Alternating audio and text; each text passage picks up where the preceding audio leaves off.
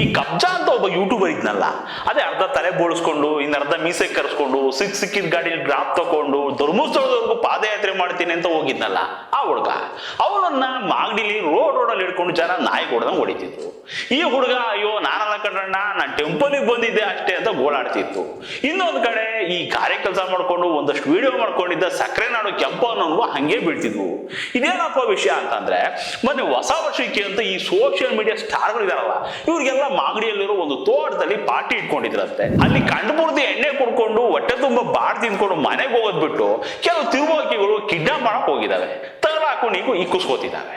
ಇಲ್ಲೇನಾಗಿದೆ ಅಂದ್ರೆ, ಅದ್ಯಾರೋ ಶಿರಾದಲ್ಲಿ ಒಬ್ಬ YouTube channel ಮಾಡ್ಕೊಂಡಿದ್ದಂತೆ Ravi ಅನ್ನೋನು, ಅವನು ಅವನ ಫ್ರೆಂಡ್ಸು ಈ ತೋಟದಲ್ಲಿ ಪಾರ್ಟಿ ಮುಗಿಸ್ಕೊಂಡು ಹೋಗ್ತಿದ್ರಂತೆ.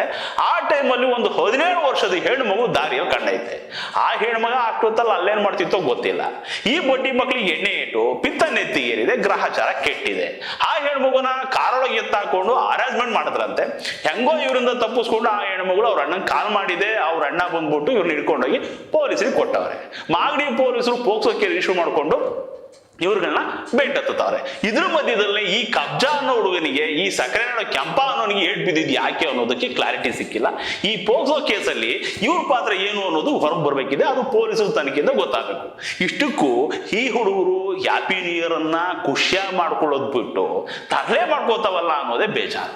ಪಬ್ಲಿಸಿಟಿಗೋಸ್ಕರ ಏನೇನೋ ಮಾಡ್ತಾವೆ, ಒಂಚೂರು ಜನ ಗುರ್ಸೋದಕ್ಕೆ ಶುರು ಮಾಡಿದ್ಮೇಲೆ ಇವುಗಳಿಗೆ ತಲೆನೇ ನಿಲ್ಲಲ್ಲ, ಇಂಥದ್ದೇನೋ ಎಡವಟ್ ಮಾಡ್ಕೋತಾವೆ, ಒದೆ ತಿಂತವೆ.